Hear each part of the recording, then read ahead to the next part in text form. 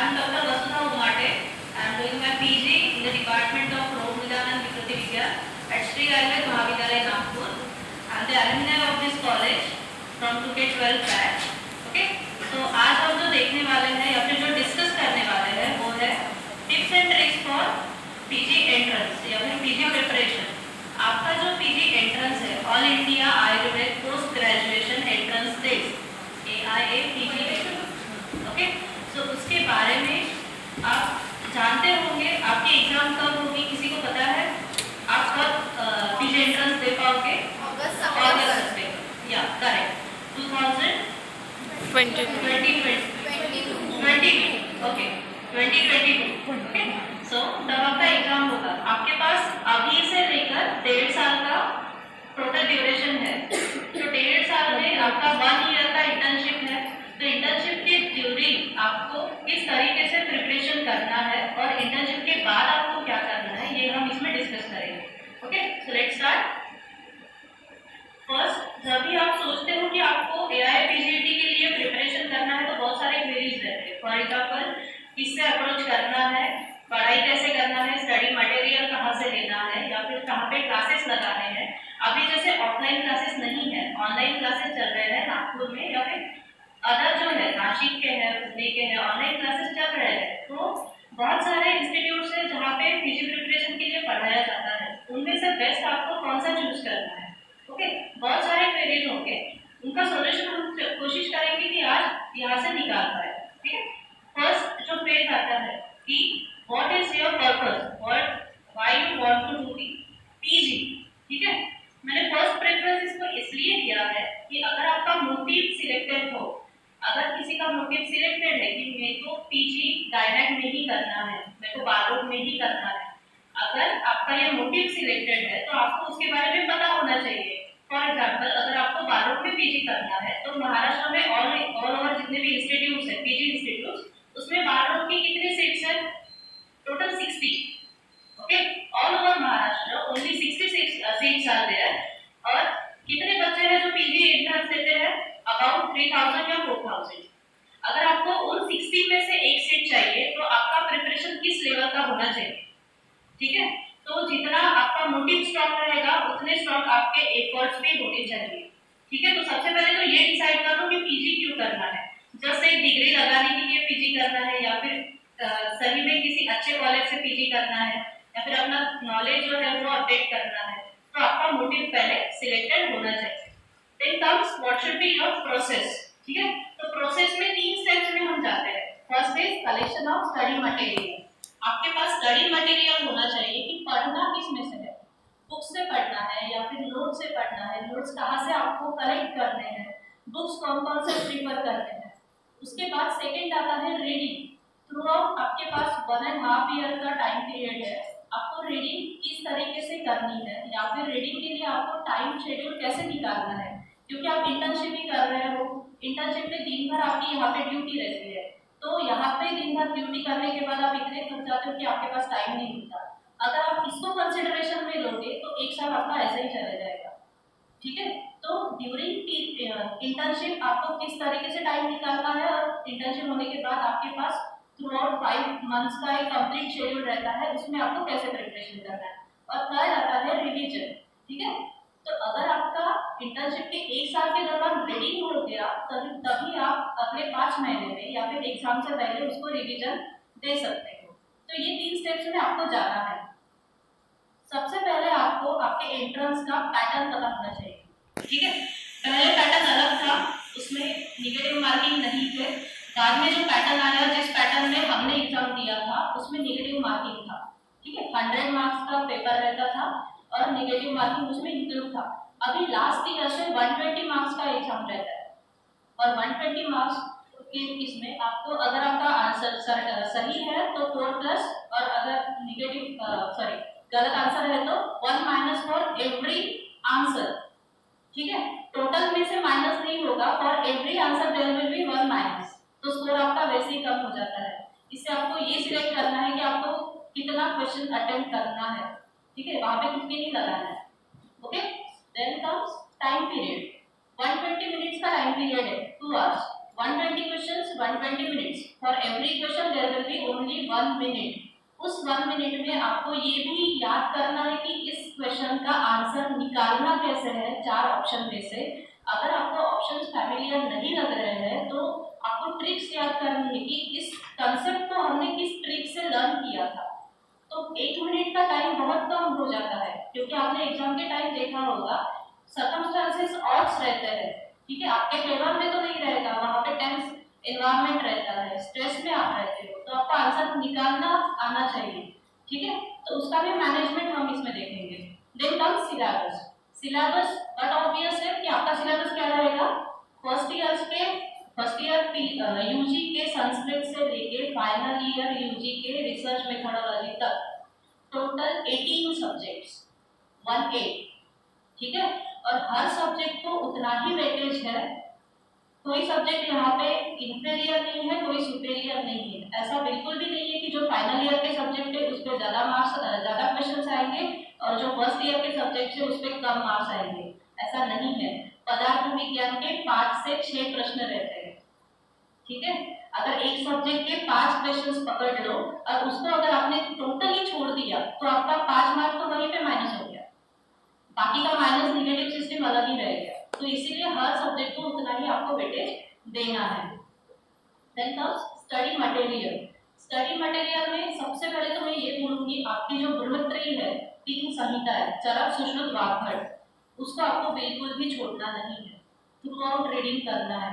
अगर किसी का एम ये भी है कि मेरे को पीजी में कम मार्क्स है वो भी चलेगा, लेकिन मेरी प्रैक्टिस अच्छी होनी चाहिए। अगर किसी को आयुर्वेद प्रैक्टिस करनी है तो ये नॉलेज आपका कभी वेस्ट नहीं होगा, क्योंकि आई एम डैम श्योर आपने 4 साल में कभी संहिताएं इतनी थॉरली नहीं पढ़ी होगी जितनी आप इस 1 साल में पढ़ोगे, क्योंकि आपका स्कोर उस पर डिपेंड है, ठीक है।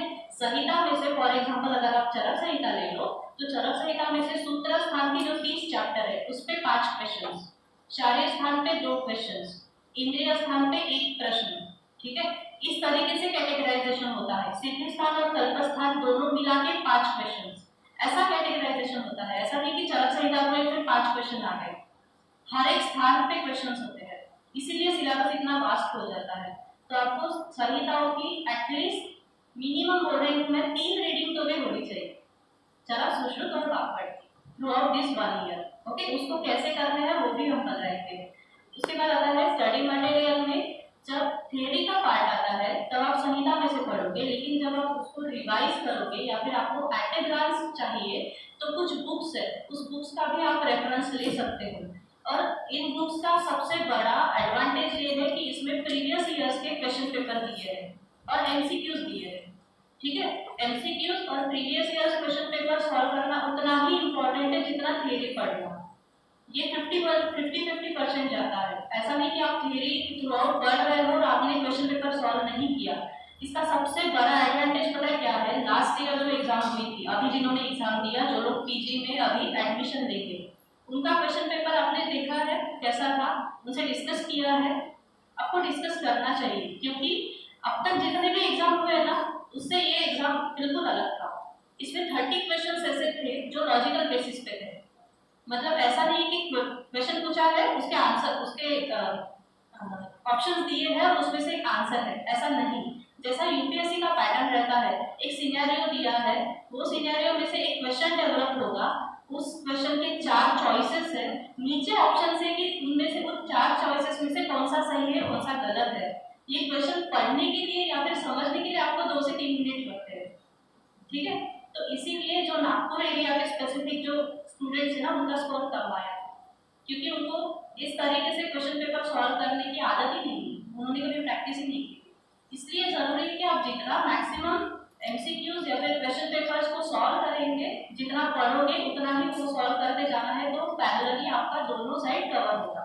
ये एक बुक है डॉक्टर गोविंद पारिक जी की, ये सबसे बेसिक बुक है, आपने देखी भी होगी, हमारे सारे सीनियर्स हम लोग ने भी यही बुक प्रेफर किया था। इसमें जो फर्स्ट 80 पेजेस है, फर्स्ट 80 पेजेस में आपको थ्योरेटिकल दिया है, उसके बाद एमसीक्यू दिया है। तो वो जो फर्स्ट 80 पेजेस है ये बुक बहुत मोटी है, इतनी मोटी, आप वो फर्स्ट 80 पेजेस का एक पार्टीशन अलग बना लो, उसको एक स्पाइरल बाइंडिंग कर लो और उसको एट ए ग्लांस करके रीडिंग करना चालू कर दो, क्योंकि जो 60% मस्ट नो पोर्शन है 120% मार्क्स में से मस्ट नो पोर्शन इसमें कवर हुआ है और साथ ही में आपको प्रीवियस ईयर के क्वेश्चन पेपर मिलते हैं।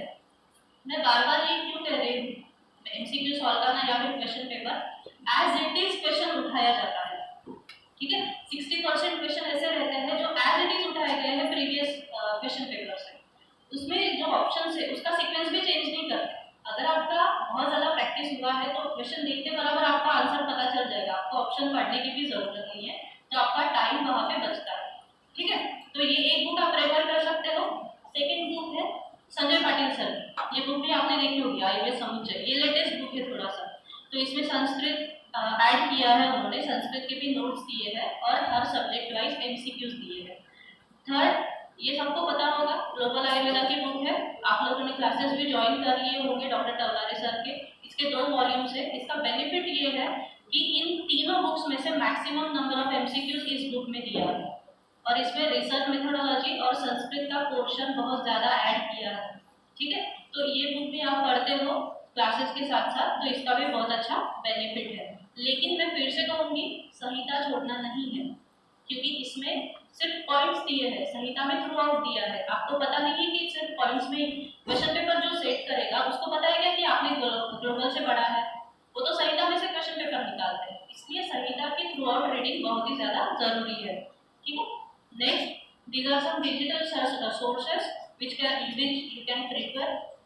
तो ऐप्स है जो मैंने यहाँ पे रखे हैं, आयुर्वेद ई लर्निंग ऐप और ग्लोबल आयुर्वेदा ऐप, ठीक है। ये फ्रीली अवेलेबल है, आपको इस पे भी मिल जाएंगे, ठीक है, प्ले स्टोर पे भी मिल जाएंगे।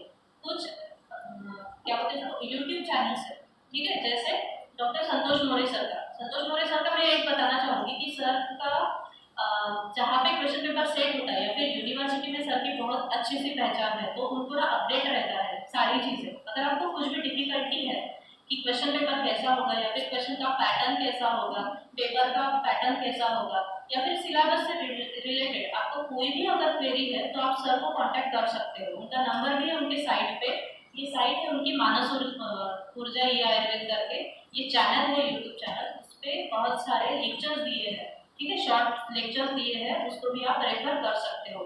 Next, Shri Dhanvantari academy, Ayush scholar, ये तो ऐसे एकेडमी है जिनमें यूट्यूब चैनल बनाया है और वो हर एक टॉपिक पर लेक्चर्स डालते हैं। तो आप अभी जैसे लॉकडाउन में आप क्लासेस नहीं लगा सकते तो आप इसका इस्तेमाल बहुत अच्छे से कर सकते हो, ठीक है। Next, vision academy online classes और ग्लोबल आयुर्वेदा ऑनलाइन क्लासेस, ठीक है, ये दोनों क्लासेस है। मैं आपको बिल्कुल नहीं बताऊंगी कि कहाँ पे जाना है, ठीक है, ये सिर्फ रेफरेंस के लिए है कि आपके पास 2 चॉइसेस है विदर्भ में स्पेसिफिकली। अगर आप नासिक जाना चाहो तो बेस्ट है मेरे हिसाब से, अगर आप नासिक जाना चाहो तो बेस्ट है एकदम, उसके बाद पुणे का नंबर आता है, उसके बाद नागपुर का आता है, उसके बाद मुंबई का आता है, ठीक है। अगर कैटेगराइजेशन देखो तो नागपुर में ये 2 क्लासेस अवेलेबल है, इसको भी आप रेफर कर सकते हो। Then comes how should be your progress, ठीक है। आपको पता चल गया आपके पास स्टडी मटेरियल है, आपके पास बहुत सारे ऑनलाइन लेक्चर्स है, लेकिन उसको पढ़ना कैसे है। जैसे कि मैंने बोला कि 1.5 साल का ड्यूरेशन है, 1 साल में आपका इंटर्नशिप में जा रहा है, हमने भी यहाँ पे इंटर्नशिप किए हैं तो हमको पता है कि यहाँ पे शेड्यूल कैसा होता है, कितना हेक्टिक होता है। तो उस शेड्यूल में से आपको खुद के लिए टाइम निकालना है और उसमें से पढ़ाई के लिए टाइम निकालना है। खुद का टाइम अलग है, पढ़ाई का टाइम अलग है, ठीक है, तो वो शेड्यूल आप बना सकते हैं। सबसे पहले आपके बेसिक कंसेप्ट क्लियर होने चाहिए। अगर 18 सब्जेक्ट है, ऐसा बिल्कुल भी नहीं है कि थ्योरेटिकल आपने फाइनल ईयर में पढ़ लिया था, अभी मेरे को पता है वो कंसेप्ट में से मोटा मोटा मैं लिख लूँगा। थ्योरी में कैसा होता है, जब आप एग्जाम देते हो आपको अगर 15 मार्क्स का क्वेश्चन है, 5 मार्क का आपका कंसेप्ट रहता है और 10 मार्क का फेकअप रहता है, सबको पता है, हमने भी ऐसे किया है। लेकिन यहाँ पे वो चॉइस नहीं है आपके पास, एमसीक्यू में टू द पॉइंट पता होना बहुत ज़्यादा जरूरी है। वहाँ पे एक तो आप तुक्का नहीं लगा सकते क्योंकि नेगेटिव मार्किंग है, इसलिए अटेम्प्ट अगर मैक्सिमम नंबर ऑफ क्वेश्चंस करने हैं तो बेसिक कंसेप्ट क्लियर होना बहुत ज़्यादा जरूरी है। और ये तभी होगा जब आप मिनिमम 3 रीडिंग्स दोगे throughout the syllabus, okay. Then memory tricks, ये कुछ मेमोरी ट्रिक्स है, आप इस तरीके से भी जा सकते हो। जैसे फर्स्ट है पिक्टोरियल, हम लोगों को जैसे बताया गया था, जैसे हमने पढ़ा था कि जो चिकित्सा स्थान है, जितने भी व्याधि है, तो व्याधि का जो डिस्क्रिप्शन है उसके हिसाब से हम लोग ने एक पिक्चर बनाया था, ठीक है। फॉर एग्जाम्पल विसर्पल, तो विसर्प में 7 दृश्य है, ठीक है। उसके बाद सर्प में 7 आता है, तो सर्प की एक डायग्राम बनाई थी, उसके 2 दृश्य उसी के ऊपर लिखे थे, वो डायग्राम के हिसाब से हमने उसको याद रखा था, ठीक है। या फिर बात रखते हैं, तो बात रखते में हमने बड़ा सा पीपल का ट्री और चूहा बनाया था, क्योंकि आंखों भी समान होता है। तो ऐसा एक सिंपल सिंपल ट्रिक्स रहते हैं। मर्म में आप पिक्चर बना सकते हो, एक बॉडी का पिक्चर निकाल के मर्म को उसके ऊपर लिख सकते हो। तो ये जो छोटे छोटे ट्रिक्स है आपको अपने रूम में वॉल पे स्टिक करना है और आगे जाके उसको रिवाइज करते जाना है, ठीक है। नेक्स्ट चार्ट्स, चार्ट भी आप बना सकते हो। चार्ट्स फॉर एग्जांपल मासानुमासी गर्भवती है उसका चार्ट आप बना सकते हो। जितने भी न्यूमेरिकल्स है, न्यूमेरिकल पे समझ लो कि 20 से 25 क्वेश्चंस ऐसे रहते हैं जिसमें न्यूमेरिकल पूछे जाते हैं। न्यूमेरिकल माने जैसे कल्प स्थान में होता है, सिद्धि स्थान में होता है कि वामक द्रव्य कितने हैं, या फिर मर्म का जो कैटेगराइजेशन है उसके हिसाब से नंबर्स पूछे जाते हैं। तो वो न्यूमेरिकल का आप चार्ट बना सकते हो और उसको भी वॉल पे स्टिक कर सकते हो। नेक्स्ट ऑडिटरी, ऑडिटरी में जैसे मैंने कहा कि आपके पास बहुत सारे यूट्यूब चैनल्स हैं, उस पर लेक्चर्स दिए हैं, तो आप ड्यूरिंग इंटर्नशिप आप ड्यूटी पे रहते हो, यहाँ पे हेडफोन लगा लिए, लेक्चर चालू है, आपके माइंड में तो कुछ ना कुछ जाते रहेगा, ठीक है। इसका आप यूज कर सकते हो। प्लस क्लासेस में ये चीज बताई गई थी कि जैसे श्लोक है, बहुत सारे ऐसे होते हैं कि श्लोक इंपॉर्टेंट रहते हैं, उसके रेफरेंसेस पूछते हैं, तो वो श्लोक हमने जो गाने रहते हैं ना, लेटेस्ट जो सॉन्ग्स है उसके ट्यून के ऊपर उस श्लोक को बिठाया था, वो श्लोक वैसे पढ़ते थे हम लोग, तो उसको दिन भर सुनते रहते थे, गानों की जगह वो श्लोक सुनते रहते थे जब भी फ्री टाइम मिलता था। तो ये भी आप क्लासेस से ले सकते हो, ठीक है। Next short notes, short notes में पर्टिकुलरली ये बताऊंगी कि खुद की शॉर्ट नोट्स निकाल।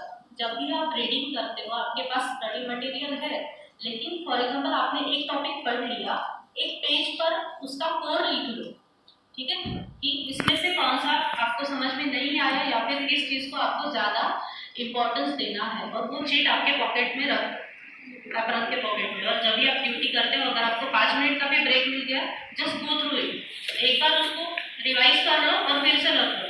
जब आप ड्यूटी करोगे तो ये आपके माइंड में कंटिन्यू होना चाहिए कि मैंने ये टॉपिक पढ़ा था, उससे रिलेटेड ये चीज है, ठीक है। तो शॉर्ट नोट्स आपके खुद के होने चाहिए, ये आपको रिवीजन के टाइम पे भी काम में आएगी, क्योंकि जब एग्जाम रहती है, एग्जाम से 3 महीने पहले आपका रिवीजन स्टार्ट होता है और मॉक टेस्ट स्टार्ट होती है, ठीक है। मैक्सिमम नंबर ऑफ क्वेश्चंस आप वहाँ पे सॉल्व करना स्टार्ट करते हो। तब ये पॉसिबल बिल्कुल नहीं है कि पूरी की पूरी संहिता आप खोल के बैठ गए, इज इट पॉसिबल? तो उस टाइम पे आपके ये शॉर्ट नोट्स बहुत काम में आएंगे। और ये इंडिविजुअल क्यों बता रही हूँ, हर एक का आईक्यू अलग है, हर एक के डिफिकल्ट एरियाज अलग है, उसके हिसाब से आपके शॉर्ट नोट्स होने चाहिए। देन हाईलाइटिंग, जैसे मैंने बोला था कि संहिता को पढ़ना कैसे है।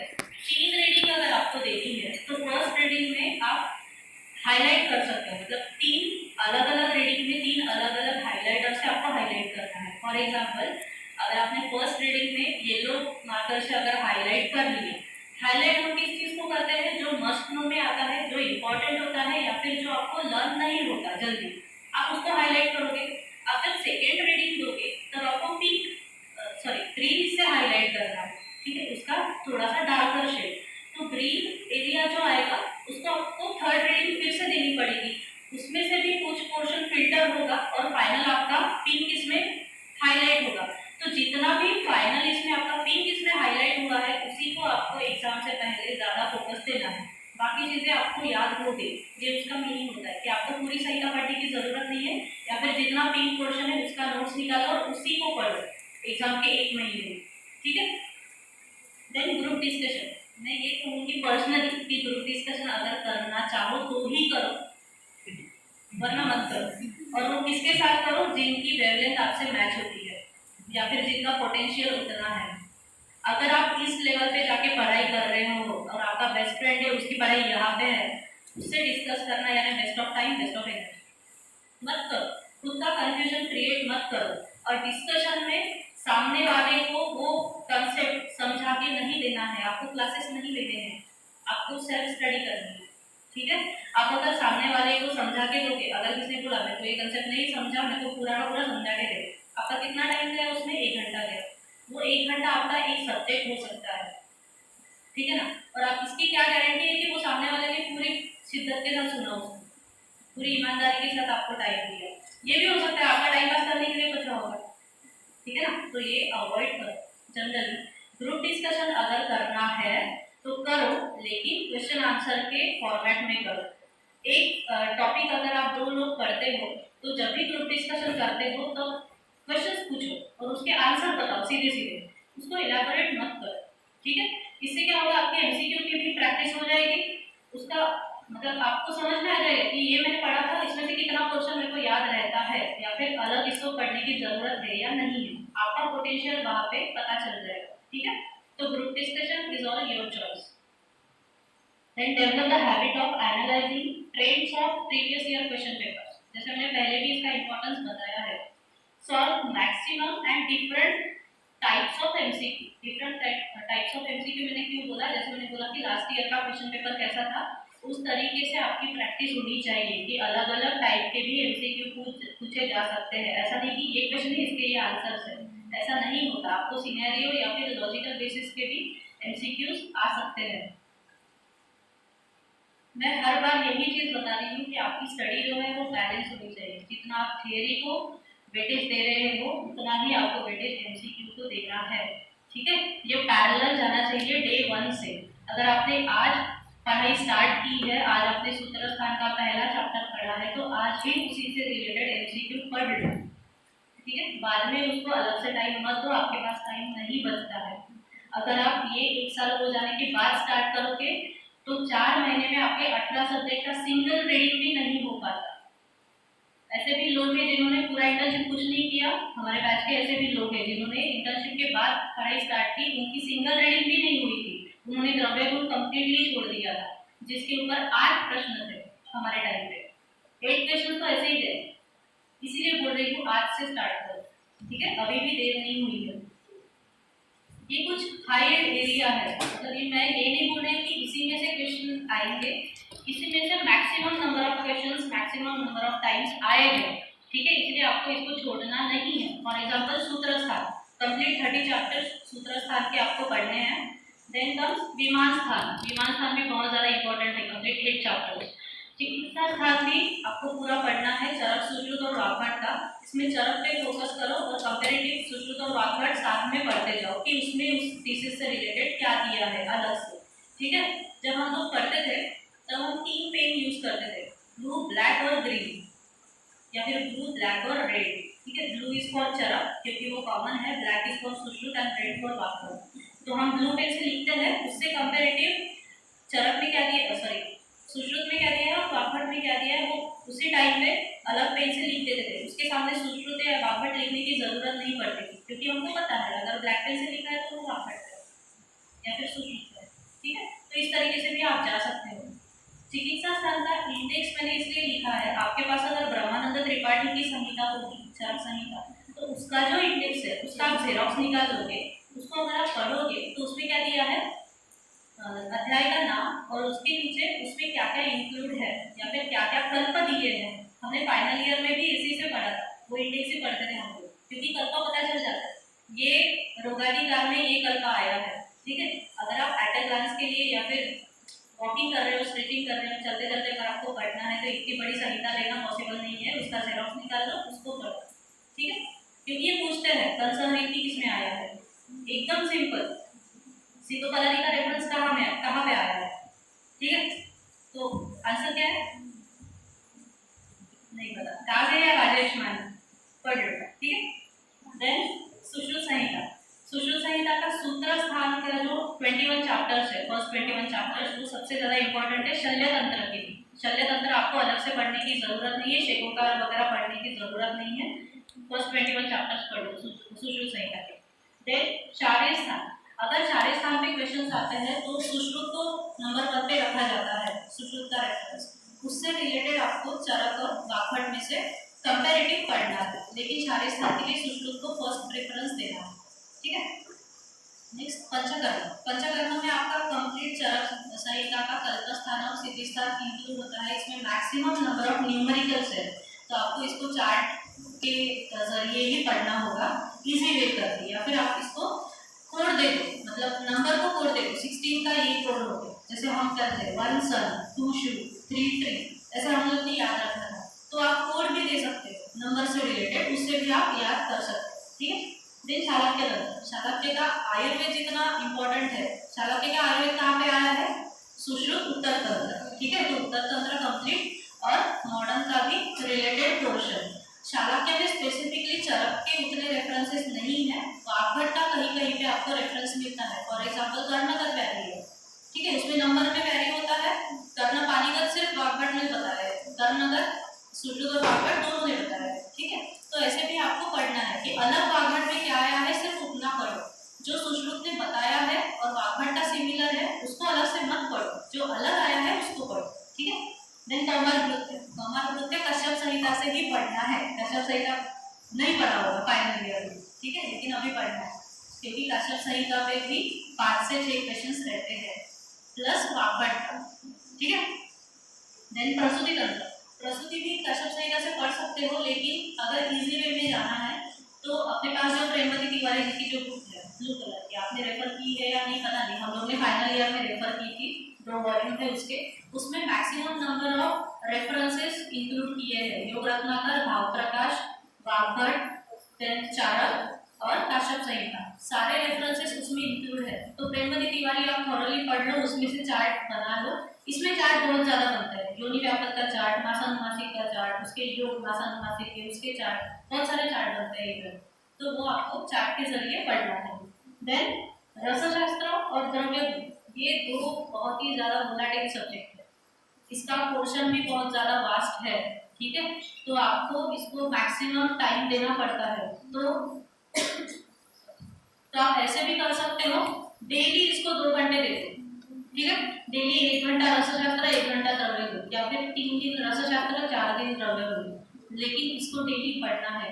आपने अगर आज द्रव्य गुण पढ़ा, एक आधा प्लांट के बारे में पढ़ लिया रसगुण वीर्य का, और 5 दिन के बाद अगर आप रिवाइज करोगे आपको याद नहीं आएगा। रसशास्त्र में बहुत ज्यादा वास्ट दिया है, जालन मारन क्या क्या चीजें दी है उसमें, ठीक है, वो बहुत ज्यादा वास्ट है, एक चीज दूसरे में घुस जाती है। प्लस वैशज्य भी है, अगर आपके पास कल्प है, अगर 50 कल्प भी है, उसके इंग्रेडिएंट याद रखना बहुत ज्यादा डिफिकल्ट है, इसलिए आपको डेली पढ़ना है, ठीक है, तभी आपका ये पोर्शन कवर हो पाएगा। आयुर्वेद इतिहास, पदार्थ विज्ञान और संस्कृत, इसको मैंने बोल्ड इसलिए किया है क्योंकि ये सब्जेक्ट हम लोग छोड़ देते हैं, फर्स्ट ईयर में भी नहीं पढ़ा उतनी शिद्दत से, ठीक है, इसीलिए अभी इसको पढ़ना है। अगर आपको 15 मार्क कवर करने हैं तो नहीं तो छोड़ दो, 15 मार्क वैसे ही गए, ये कंसिडर करो, और 15 मार्क का कॉम्प्रोमाइज करना it's not a good thing. एक मार्क से नंबर जाता है, एक मार्क से नहीं जाता, आपके एसएमएल से नंबर जाता है, ठीक है। अगर किसी को 120 में से 100 मार्क्स है, नहीं रहते, पता है, अगर किसी को 80 मार्क्स है, 80 मार्क्स पे ऑल इंडिया में कितने बच्चे रहते हैं? 100 स्टूडेंट्स, उसके एसएमएल थ्रू आपका नंबर लगता है, और सीट्स कितनी है? बहुत ही लिमिटेड है, ठीक है। तो इसलिए बोल रही हूँ मार्क्स छोड़ना बिल्कुल भी नहीं है, क्योंकि आपके पास 1.5 साल है अभी भी, ठीक है, अभी भी देर नहीं हुई है। स्वस्थ वृत्त का योग में से मैक्सिमम नंबर ऑफ रेफरेंसेस आते हैं, ठीक है, स्वस्थ वृत्त आपको थ्रू आउट भी पढ़ना है, लेकिन जो योग का पोर्शन है उसमें से रेफरेंसेस बहुत ज्यादा आते हैं। अगर तंत्र का जितना आयुर्वेदिक का इंपॉर्टेंट है उतना ही मॉडर्न का इंपॉर्टेंट है। अगर तंत्र बिल्कुल छोड़ना मत, सर्पविष पे 2 क्वेश्चंस हमेशा रहते हैं, ठीक है, ये एक एग्जांपल हो गया। एंटीडोट पे 1 क्वेश्चन रहता है, इसीलिए बोल रही जितना आयुर्वेदिक का इंपॉर्टेंट है उतना ही मॉडर्न का इंपॉर्टेंट है। देन रिसर्च मेथोडोलॉजी, ये तो हमने रिसेंटली पढ़ा है ना फाइनल ईयर में, इसको जस्ट रिवाइज करो। रिसर्च पे 2 या 3 क्वेश्चन मैक्सिमम, ठीक है, इसलिए उसको पढ़ना है, जस्ट एक रीडिंग आप दे सकते हो। बोर हो रहा है क्या? नहीं ना, ठीक है।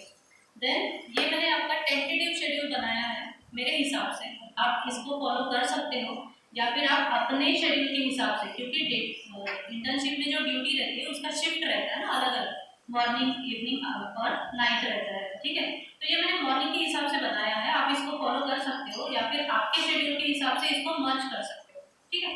अभी पहला ही वर्ड क्या है? 5 AM, वहीं पे छोड़ मत देना, 5 बजे कोई भी उठता है, मुझे भी पता है, ठीक है, 1 साल के लिए उठ जाओ 5 बजे, बाद में 3 साल आराम करो पीजी में, ठीक है ना, 1 साल थोड़ी सी मेहनत ले लो। अगर आप 5 बजे उठते हो, 5 बजे मैंने इसलिए लिखा है क्योंकि आपका दिन भर का शेड्यूल है, इसीलिए अगर आपका दिन भर का इंटर्नशिप का शेड्यूल नहीं रहता तो मैंने 7 बजे से स्टार्टिंग की होगी, ठीक है, ये बात समझ लो। 5 बजे अगर आप उठते हो, 5 बजे से लेकर 7 बजे तक आपको जो मैंने डेली सब्जेक्ट पढ़ने को बोले थे, जो रसशास्त्र और द्रव्य, वो आप टाइम यहाँ पे दे सकते हो, क्योंकि फ्रेश माइंड रहता है और वो वोलाटाइल सब्जेक्ट है, उसको फुल कंसंट्रेशन के साथ ही पढ़ना है, ठीक है, इसलिए उसको मॉर्निंग में लिखा है। उसके बाद 7 बजे तक या फिर 7:30 बजे तक इसको पढ़ लिया। आपकी ड्यूटी कितने बजे रहती है? 8:30 बजे, ठीक है ना, 8:30 बजे यहाँ पे आ गए, दिन भर 4:30 बजे तक ड्यूटी की। ड्यूरिंग द इंटर्नशिप ड्यूटी आपको बीच बीच में टाइम मिलता है, ये मत कहना कि बिल्कुल टाइम नहीं मिलता, क्योंकि इंटर्नशिप हमने भी की है, ठीक है, पेशेंस रहते हैं। पंचकर्म में टाइम नहीं मिलता मत बोलना, काय चिकित्सा में टाइम नहीं मिलता बिल्कुल नहीं बोलना। अगर ABPRS में उधर तो टाइम ही टाइम है, अगर आप निकालो तो, ठीक है। तो आपको अगर एक घंटा आपने पूरे मतलब 8:30 बजे आए, 10 बजे तक राउंड कंप्लीट कर लिया, 10 से 11 बजे तक OPD निकाल ली। अगर पेशेंट का फ्लो उतना ज़्यादा नहीं है, आपके पास कोविड का एडवांटेज है, इतनी हेवी OPD नहीं रहती अभी, या फिर उतना हेवी ड्यूटी नहीं है, तो बीच में जो टाइम मिलता है, आपके जो शॉर्ट नोट्स बने हैं, स्टार्टिंग में शॉर्ट नोट्स है कि आपके पास नहीं है, तो आपको क्या करना है, अगले दिन मतलब पहले वाले दिन जब आप सोओगे तब एक कोई भी एक टॉपिक डिसाइड करो। मैं सब्जेक्ट नहीं बोल रही हूँ, टॉपिक बोल रही हूँ, ठीक है। फॉर एग्जांपल मासी गर्भवती, उसको एक चीट पे लिख दो, वो चीट आपके जेब में रखो, ठीक है। या फिर चिकित्सा स्थान का इंडेक्स, उसको जेब में रखो, जब भी टाइम मिलता है जस्ट गो थ्रू इट। या फिर परिचर्या का एक कोई भी कल्प, अगर आप ऐसे करके बीच बीच में टाइम निकालते जाओगे तो ही आपका maximum number of question cover होगा। अगर 8:30 से लेकर 4:30 तक का पूरा टाइम अगर आपने वेस्ट कर लिया 10 घंटे का, 8-10 घंटे का, तो कोई मतलब नहीं है, ठीक है, वो वेस्ट ऑफ टाइम है। बीच में आपको एटलीस्ट 15 मिनट्स 10 मिनट्स अगर बीच बीच में निकालना है, ठीक है। उसके बाद ड्यूटी हो गया, ड्यूटी के बाद हम कहाँ पे जाते हैं? सीधा कैंटीन, ठीक है। वहाँ पे गए, वहाँ पे आप डिस्कशन कर सकते हो जिस तरीके से मैंने बोला है उस तरीके से, ठीक है, क्वेश्चन आंसर पैटर्न में, या फिर जस्ट एक एट अ ग्लांस पढ़ लो, वहाँ पे भी आप रिवाइज कर सकते हो उसको, ठीक है। उसके बाद रूम पर जाओ, घर पे जाओ, रेस्ट करो, रेस्ट भी जरूरी है। 45 मिनट्स मैक्सिमम बोल रही हूँ, ये मैक्सिमम है, इससे ज़्यादा नहीं। 45 minutes are enough for rest, mental and physical rest, okay. थोड़ा रिलैक्स हो जाओ, बाद में आप वॉकिंग के लिए या फिर स्ट्रेचिंग के लिए जा सकते हो। जब आप वॉकिंग करोगे तभी आप कुछ ना कुछ पढ़ सकते हो, ये आपका चॉइस है, पढ़ाई तो छोड़ नहीं सकते, 1 साल ही है, ठीक है, 1 साल ही पढ़ाई करना है तो कर लो अभी। Then you should have early dinner, ये क्यों बोल रही हूँ? दिन भर आपने मेहनत की है, दिन भर इंटर्नशिप में ड्यूटी की है, ऑब्वियसली आप बहुत ज़्यादा थके हुए होंगे, तो जैसे ही खाना खाओगे वैसे नींद आएगी, ठीक है ना। तो अगर आप जल्दी खाना खाते हो 7 बजे से पहले, अपने आयुर्वेद में भी बोला है, ठीक है ना, सूर्यास्त के टाइम पे खाना खाना है या फिर उससे पहले खाना खाना है। अगर ये पॉसिबल हो सकता है तो 7 बजे से पहले खाना खा लो, क्योंकि 7 बजे से लेकर 11 बजे तक आपको एक कोर टाइम मिल रहा है जिसमें आपको कोई भी डिस्टर्बेंस नहीं है। अगर आप 7 बजे बैठते हो, 9 बजे खाना खाने जाते हो, तो 9 बजे से 9:15 बजे तक अगर आप खाना खाते हो तो 9:15 बजे से 10 बजे तक आप गप्पे मारते हो, ठीक है। एक साथ तो एक घंटा तो गया ना आपका। ये अवॉइड करने के लिए थ्रू आउट अगर बैठना है तो 7 बजे से लेकर 11 बजे तक बैठो, उसमें आपको मैक्सिमम नंबर ऑफ क्वेश्चन जो है वो कवर करना है। जैसे मैंने बोला कि डेली आपके 3 से 4 सब्जेक्ट कवर होने चाहिए। अगर बोर हो रहा होगा तो आप मेरे से पूछ लो, ठीक है। 3 से 4 सब्जेक्ट अगर आप कवर करते हो एक घंटे के, उसमें से 1 घंटा संहिता का कंपल्सरी रखना है। पहले 2 सब्जेक्ट आपके मॉर्निंग में हो गए, 1 घंटा संहिता का हो गया, बचा हुआ जो पोर्शन है, अगर तंत्र है, विधान है या फिर आयुर्वेद इतिहास है, उसको 1 घंटा देना है। बाल रोग है या फिर प्रसूति है, ठीक है, उसको 1 घंटा आप दे सकते हो। और उसके बाद 11 से लेकर 11:30 तक आप उसके रिलेटेड MCQ सॉल्व कर लो या फिर previous years question paper solve कर लो, ठीक है। तो ये भी आपका बैलेंस हो जाएगा। देन 11:30 से लेकर 5 बजे तक एक साउंड स्लीप आप ले सकते हो। सिर्फ ये चीज़ ध्यान में रखना कि ये जो 4 घंटे है, ये 4 घंटे में आपको किसी को फोन कॉल नहीं करना है, मोबाइल का यूज़ नहीं करना है, स्पेशली इंस्टाग्राम का यूज़ नहीं करना है। इंस्टाग्राम इज लाइक एडिक्शन, मतलब आप रील्स देखना चालू कर दो, एडिक्शन हो जाता है, आपका टाइम कैसे जाएगा ना पता भी नहीं चलेगा आपको। इसीलिए जब ड्यूटी पे हो ना तब ये चीज़ करो, ड्यूटी पे हो तब आप इंस्टाग्राम देखो, फेसबुक देखो, व्हाट्सएप जरूरी है क्योंकि वहाँ पे अपडेट्स आते हैं, लेकिन ये 4 घंटे में आपको वो भी नहीं देखना है, ठीक है, ये 4 घंटे ईमानदारी से पढ़ाई करो, ऑनेस्टी रखो खुद के साथ, तभी आपको रिजल्ट मिलेगा। स्टडी ड्यूरेशन कितना होना चाहिए, जैसे मैंने बोला कि 4 घंटे अगर आप पढ़ रहे हो, ये इनिशियल स्टेज में किसी के लिए भी पॉसिबल नहीं है कि 4 घंटे आप थ्रू आउट पढ़ाई कर सकते हो, ठीक है, ये किसी के लिए पॉसिबल नहीं है। तो आपको अपनी लिमिट पता होनी चाहिए कि आपकी कैपेसिटी कितनी है, ठीक है। अगर आपकी कैपेसिटी आधे घंटे की है, ठीक है, आधे घंटे के बाद 5 मिनट का ब्रेक ले लो, फिर से बैठ जाओ। अगर इनिशियली आधे घंटे की आपकी कैपेसिटी है, आई एम डैम श्योर 3 महीने के बाद आपकी वो 1.5 घंटे की हो जाएगी, अगर आप परसिस्टेंसी रखोगे तब, ठीक है। तो आप इनिशियली इसको फॉलो कर सकते हो। 50 मिनट अगर आपने थ्रू आउट रीडिंग कर लिया तो 5 मिनट में उससे रिलेटेड एमसीक्यूज पढ़ लो और 5 मिनट थोड़ा सा रेस्ट ले लो, थोड़ा सा स्ट्रेचिंग कर लो, ठीक है। तो इसको भी आप फॉलो कर सकते हो। देन अभी इतना सारा बता दिया, स्ट्रेस अभी से आ गया हो, ठीक है ना। ऐसी चीज किसी की है, ये किसी की अभी हालत है कि स्ट्रेस कितना भी आने वाले 18 ही वो सब्जेक्ट है, कर लेंगे जिसने बोला वो गया। ध्यान में रखना है चीज। अगर आपको सच में अगर पीजी में अच्छी सीट चाहिए, अच्छे कॉलेज में अच्छा सब्जेक्ट चाहिए, तो ये चीज बिल्कुल मत करना। स्ट्रेस हर किसी को आता है, हमारे सर हमेशा कहते थे जिसको स्ट्रेस आता है वही नॉर्मल है, जिसको स्ट्रेस नहीं आता वो एबनॉर्मल है, ठीक है ना। तो स्ट्रेस आना बट ऑब्वियस है, लेकिन उसको मैनेज करना या फिर उसको ओवरकम करना उतना ही ज़्यादा जरूरी है।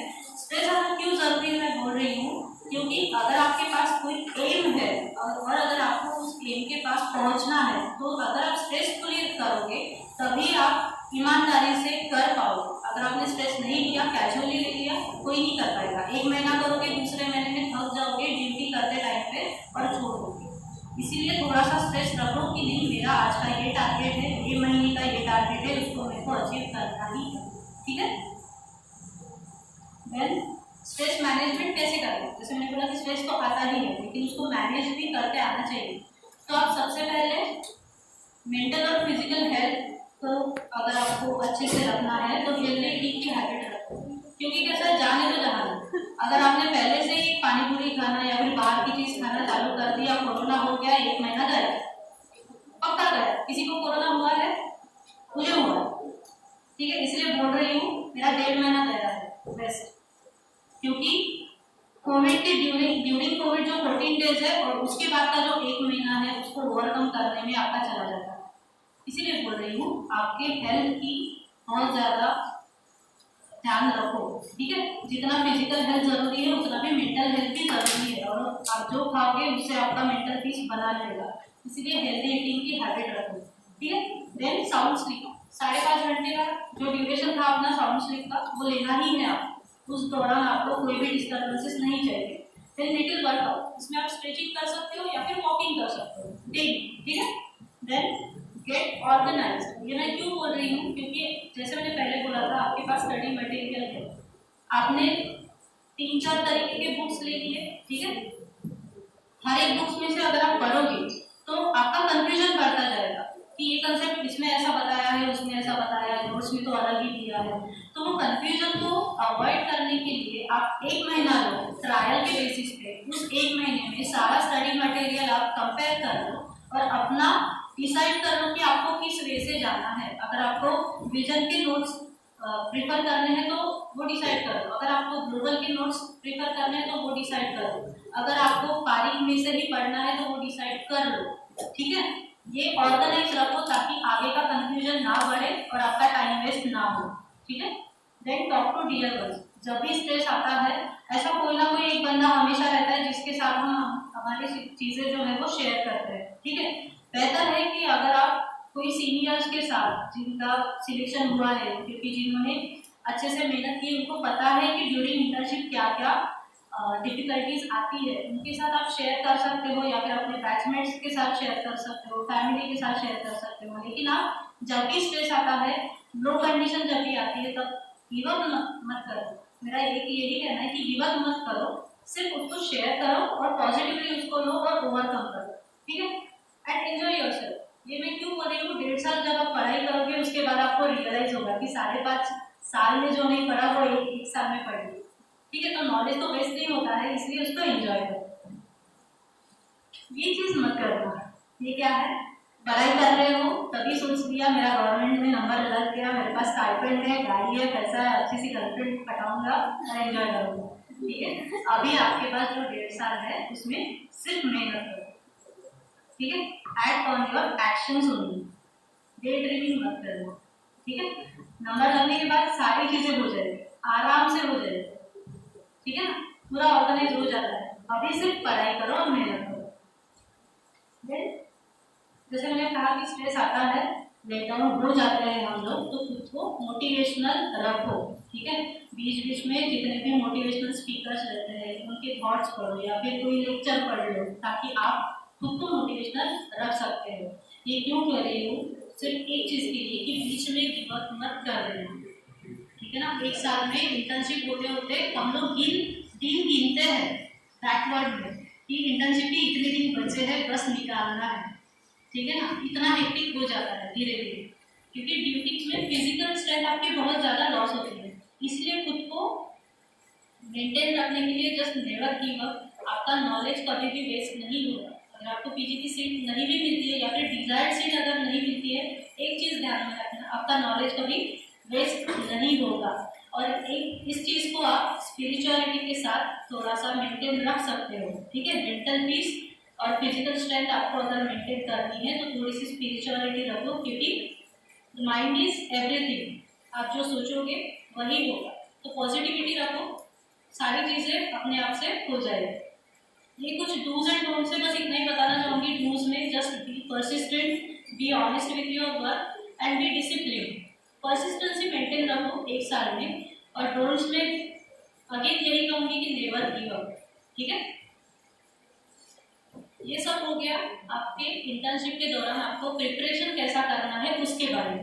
ठीक है, अभी जब आपके सामने पेपर आएगा एग्जाम के टाइम पे, आपको किस वे से एग्जाम पेपर को सॉल्व करना है ये जस्ट मैं शॉर्ट में बताऊंगी। ठीक है, तो आपके पास 120 मिनट्स है, उसमें आप कैटेगराइजेशन कर सकते हो। आपको एग्जाम पेपर जो है वो 3 राउंड में सॉल्व करना है। पहला राउंड आपने 30 मिनट में अगर कर लिया तो पहले राउंड में आपको क्या करना है, आपने क्वेश्चन पढ़ा, उसके ऑप्शंस देखने के पहले ही आपको अगर उसका आंसर पता है, क्वेश्चन पढ़ते बराबर अगर आपको आंसर क्लिक होता है, ऐसे क्वेश्चंस आपको फर्स्ट 30 मिनट्स में कवर करने हैं। ठीक है, उसमें क्या हो जाएगा, आप जब भी एग्जाम हॉल में बैठोगे, पहले ही स्ट्रेस है, वहाँ पे बहुत ज़्यादा टेंस एनवायरनमेंट होता है, आपका दिमाग उतना काम नहीं करता, इसलिए जो याद आता है उसको फटाफट सॉल्व कर देगा। सेकेंड जो राउंड करोगे उसमें आप 45-50 मिनट्स ले लो। उसमें क्या करना है, आप धीरे धीरे 30 मिनट्स में सेटल डाउन हो गए, मेंटली काम हो गए, आपको हर एक चीज़ ध्यान में आना, मतलब याद आना चालू हो जाएगी। ठीक है, उसी क्वेश्चन को आप अगर फिर से पढ़ोगे, जब नंबर 1 से आपने फिर से चालू कर दिया सेकेंड राउंड में, तब आपके ध्यान में आएगा कि अरे ये क्वेश्चन तो मेरे को पहले भी आना चाहिए था, बहुत ही सिंपल क्वेश्चन है, लेकिन आपका मेंटल पीस तब नहीं था, आप काम डाउन नहीं थे। अभी आप धीरे धीरे उसको ये रिकॉग्नाइज करो कि उस कंसेप्ट को हमने किस तरीके से याद रखा था। ठीक है, वो धीरे धीरे याद करना है और इस तरीके से सॉल्व करना है। लास्ट के जो 30 मिनट्स है इसमें आपको एक बार रेडी कर लो, अगर आपको आता है तो ही सॉल्व करो, वरना जस्ट काउंट करो कि आपके कितने बचे हैं, वहाँ पे तुक्केबाजी मत करो, क्योंकि निगेटिव मार्किंग है। लास्ट 30 मिनट्स में जस्ट अगर आपके पास टाइम बचता है तो जस्ट रीचेक करो कि आपने जितने भी सॉल्व किए हैं उतने अच्छे से किए हैं या नहीं किए हैं, एक्स्ट्रा अटेम्प्ट मत देना वहाँ। ठीक है, इससे क्या होगा, आप निगेटिव मार्किंग में चले जाओ। और through out the question paper, through out the examination 120 minutes आपको आपका मेंटल पीस बचा के रखना है, मेंटली स्टेबल रखना है। ठीक है, ये सब हो गया पीजी प्रिपरेशन के बारे में। एक चीज़ मैंने एक्स्ट्रा यहाँ पे ऐड की है, वो है फर्दर प्लानिंग। मतलब जब भी आप पीजी के लिए प्रिपेयर कर रहे हो तब मतलब एक दिमाग में आपको ये भी सोचना चाहिए कि आपका आगे का प्लानिंग क्या है, आपके डिजायर्ड सब्जेक्ट कौन से है। ये मैं क्यों बोल रही हूँ, क्योंकि जितना आप फोकस रहोगे उतने ज़्यादा आप एफर्ट दे पाओगे। जैसे मैंने पहले भी कहा, अगर आपको बारह की सीट चाहिए तो उसके बारे में इंफॉर्मेशन निकालो कि बारह की सीट्स टोटल कितने हैं और आपको कितना ज़्यादा मेहनत करने की ज़रूरत है। अगर आपको संहिता की सीट चाहिए या फिर काय चिकित्सा की सीट चाहिए तो आपको थोड़ा सा कम मेहनत करना पड़ेगा, क्योंकि उसकी सीट्स ज़्यादा है। ठीक है, तो आपका सब्जेक्ट अगर डिसाइडेड होगा तो आप उस तरीके से मेहनत करोगे। डिसाइड द कॉलेज, ठीक है। कॉलेज का इसलिए बोल रही हूँ, मैम टाइम है आपके पास? कॉलेज का मैं इसलिए स्पेसिफिकली बोल रही हूँ, ये हम लोग को किसने बताया नहीं था, ठीक है। जब पीजी में एडमिशन लिया तब पता चला कि कॉलेज डिसाइडेड होना क्यों जरूरी है। अगर आपका कॉलेज पेरी पेरी में है, फॉर एग्जाम्पल इगतपुरी में है, आष्टा में है, या फिर पातुर में है, ठीक है ना, ऐसे जगह पे अगर आपका कॉलेज है, या फिर जीएसी उस्मानाबाद, सुना है जीएसी कितने हैं? 4, ठीक है ना, उसमें से उस्मानाबाद ऐसा है वो बहुत ही पेरी पेरी में है, ठीक है। आपने अगर कॉलेज में एडमिशन ले लिया, 3 साल आप उस कॉलेज के अलावा कुछ नहीं कर पाओ, ना आपके पास अंडर प्रैक्टिस जाने के लिए कुछ सोर्स है, ना आपके पास जॉब करने के लिए कुछ सोर्स है, ना आपके पास खुद को एक्सप्लोर करने के लिए कोई सोर्स है। इसीलिए कॉलेज देख के रखो कि कहाँ पे है। जैसे हमारा कॉलेज अगर नागपुर में है, तो नागपुर में मेरे पास चॉइसेस बहुत सारे हैं। मैं मॉडर्न में अंडर प्रैक्टिस जा सकती हूँ, आयुर्वेद में खुद की प्रैक्टिस कर सकती हूँ, आयुर्वेद अंडर प्रैक्टिस जा सकती हूँ, या फिर जॉब कर सकती हूँ। इतने सारे मेरे पास चॉइसेस है, ठीक है। अगर आपका कॉलेज सिटी के एरिया में है तो उसको ज़्यादा प्रेफरेंस दो, या फिर वो सिटी देख लो कि उस सिटी में आपके लिए अदर चॉइसेस कितने ज़्यादा अवेलेबल है। नहीं तो पीजी में स्टार्टअप के भरोसे अगर आपने उस्मानाबाद में एडमिशन ले लिया तो पहले से इसलिए प्रिपेयर रखना कि आपको बाहर जाने की ज़रूरत नहीं पड़ेगी, या फिर आप बाहर नहीं जा सकते, इस चीज़ के लिए प्रिपेयर रहना। नहीं तो वहाँ पे जाके 3 महीने 3 साल पूरे वेस्ट है, ठीक है। Stipend is not everything, knowledge is everything, ठीक है ना, एक्सपीरियंस इज एवरीथिंग, तो वो आपको आगे काम आएगा।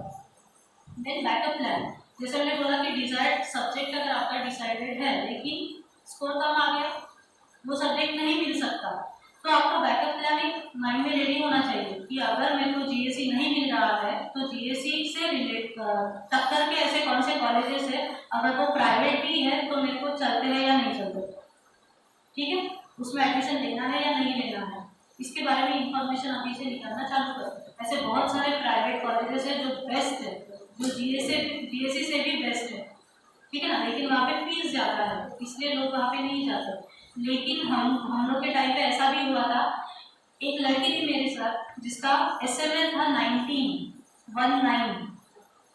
उसको क्या नहीं मिल सकता था, उसने कौन सी सीट ली?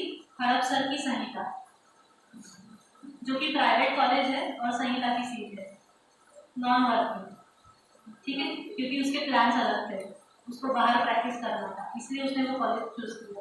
वो भी जीएससी ले सकती थी, आराम से उसको स्टाइपेंड मिल सकती थी, लेकिन आपके प्रायोरिटीज डिसाइडेड होनी चाहिए कि आपको आगे जाके क्या करना है, ठीक है। इसलिए बोल रही हूँ कि ये जो प्लानिंग है वो अभी से स्टार्ट कर दो। हो गया यूजी हो गया, ठीक है, पास हो गए, सब लोग डॉक्टर बन गए, रजिस्टर्ड मेडिकल डॉक्टर बन गए, ऑफिसर बन गए, अभी डिसाइड करो कि आगे का प्लानिंग क्या है, अपने एम डिसाइड करो, ठीक है, और उसके हिसाब से प्लानिंग करो।